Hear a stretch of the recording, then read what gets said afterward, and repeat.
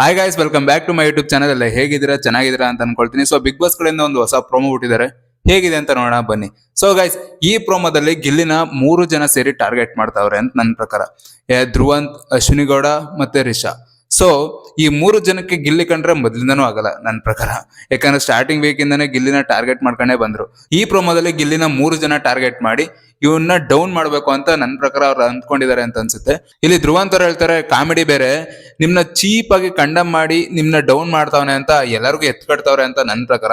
ಯಾಕೆ ಈ ತರ ಮಾಡ್ತಾ ಇದಾರೆ ಅಂತ ನನ್ಗಂತೂ ನಿಜ ಗೊತ್ತಿಲ್ಲ. ರಿಷಾ ಅವ್ರು ಹೇಳ್ತಾರೆ, ಗಿಲ್ಲಿಗೆ ನಿನ್ನ ಹತ್ರ ನಯ ನಾಜಕು ಏನಿಲ್ಲ ಗಿಲ್ಲಿ ಅಂತ ಹೇಳ್ತಾರೆ.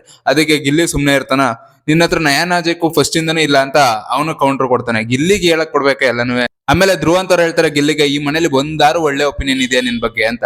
ಅದಕ್ಕೆ ಗಿಲ್ಲಿ ಅವ್ರು ಹೇಳ್ತಾರೆ, ಎಲ್ಲರೂ ಭಾರಿ ಒಳ್ಳೇದ್ ಮಾತಾಡ್ತಾರ ಕಣಪ್ಪ ನನ್ಗೆ ಅಂತ ಹೇಳ್ತಾರೆ. ಆಮೇಲೆ ಧ್ರುವಂತ್ ಅವ್ರು ಮತ್ತೆ ಹೇಳ್ತಾರೆ, ನೀನ್ ಈ ತರ ಕಾಲ್ ಎಳೆದೆ 1 ವಾರ ಆಟ ಆಡ್ ಗೆದ್ದು ತೋರ್ಸು ಅಂತ ಹೇಳ್ತಾರೆ. ಅದಕ್ಕೆ ಗಿಲ್ಲಿ ಅವ್ರು ಕರೆಕ್ಟಾಗಿ ಉತ್ತರ ಕೊಡ್ತಾರೆ, ಆತರ ಆಡಿದಕ್ಕೆ ಕಿಚ್ಚನ ಚಪ್ಪಾಳೆ ನನಗೆ ಬಂದಿರೋದು ಅಂತ. ಸೊ ಇವ್ರು ಯಾಕೆ ಈ ತರ ಮಾತಾಡ್ತಾವ್ರೆ ಅಂತ ನನ್ಗಂತೂ ಗೊತ್ತಾಗ್ತಿಲ್ಲ. ಗಿಲ್ಲಿನ ಡೌನ್ ಮಾಡ್ಬೇಕು, ನಾವು ಎತ್ತರ ಬೆಳಿಬೇಕು ಅಂತ ಏನಾದ್ರು ಮಾತಾಡ್ತಾವ್ರ ಅಂತ ನನ್ಗಂತೂ ನಿಜ ಗೊತ್ತಾಗ್ತಾ ಇಲ್ಲ. ಸೊ ನೆಕ್ಸ್ಟ್ ನೋಡೋಣ ಬನ್ನಿ.